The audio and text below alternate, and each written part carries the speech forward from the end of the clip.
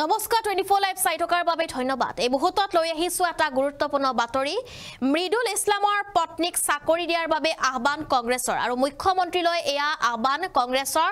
মৃদুল ইছলামৰ যেহেতু প্ৰতিবাদত মৃত্যু হৈছিল অধিবক্তা গৰাকী কংগ্ৰেছৰ আৰু তেওঁৰ মৃত্যুৰ পিছতে এতিয়া শোকস্তব্ধ হৈ পৰিছে সমগ্ৰ ৰাজ্য আৰু ইয়াৰ পিছতে এতিয়া যেটো তেওঁলোকৰ পৰিয়ালত এজনেই লোক আছিল আৰু সেইজন লোকৰ মৃত্যু হোৱাৰ পিছতে এতিয়া তেওঁৰ পত্নীৰ চাকৰিৰ বাবে আবেদন কৰি এবাৰ কংগ্ৰেছে আহ্বান কৰিছে মুখ্যমন্ত্ৰীক। সবিশেষ লৈ আহিছো এই মুহূৰ্তত। মৃদুল ইছলামৰ পত্নীৰ কৰ্মসংস্থাপন বিচাৰি জনতা ভৱনত কংগ্ৰেছৰ নেতৃত্ব উপস্থিত হয়।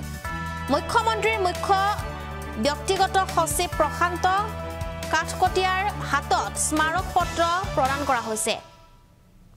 দলটোত আছে এপিচিচিৰ সাংগঠনিক সাধাৰণ সম্পাদক বিপুল গগৈ, প্ৰশাসনিক সাধাৰণ সম্পাদক ৰামান্না বৰুৱা আৰু অংকুৰ ৰাজ গগৈ।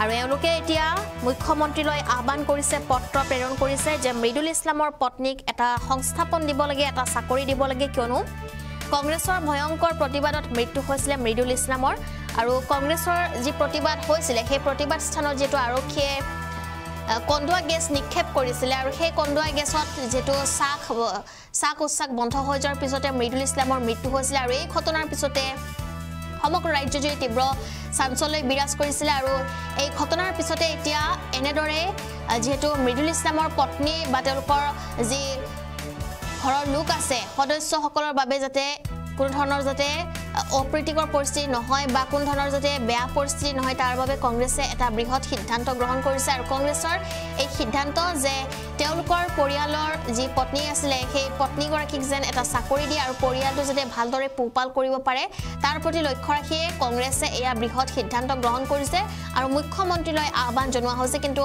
পৰৱৰ্তী সময়তহে আচলতে জনা যাব যে মুখ্যমন্ত্ৰীয়ে কি সিদ্ধান্ত গ্ৰহণ কৰে। মৃদুল ইছলামৰ পত্নীক চাকৰি দিয়াৰ আবেদন মুখ্যমন্ত্ৰীলৈ প্ৰদেশ কংগ্ৰেছে আবেদন জনাইছে মুখ্যমন্ত্ৰীক আৰু কংগ্ৰেছৰ ৰাজভৱন চলোৱা প্ৰতিবাদত নিহত হৈছিল মৃদুল ইছলাম। মৃদুল ইছলামৰ এই ঘটনাৰ পিছতে শোকস্তব্ধ হৈ পৰিছিল সমগ্ৰ কংগ্ৰেছ আৰু প্ৰদেশ কংগ্ৰেছে আবেদন জনাইছে এতিয়া মুখ্যমন্ত্ৰীক আৰু এনেদৰে স্মাৰক পত্ৰ প্ৰদান কৰা হৈছে মুখ্যমন্ত্ৰীলৈ। কংগ্ৰেছৰ ৰাজভৱন চলোৱা প্ৰতিবাদত নিহত হৈছিল মৃদুল ইছলাম।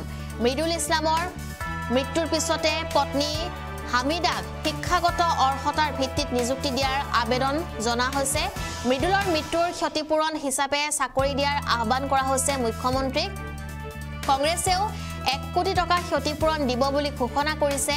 ইতিমধ্যে যেটো ৰাজ্যৰ পৰা বৰঙনিলৈ টকা দিব মৃদুলৰ পৰিয়ালক আৰু মৃদুলৰ পৰিয়ালক টকা দিয়া হ'ব।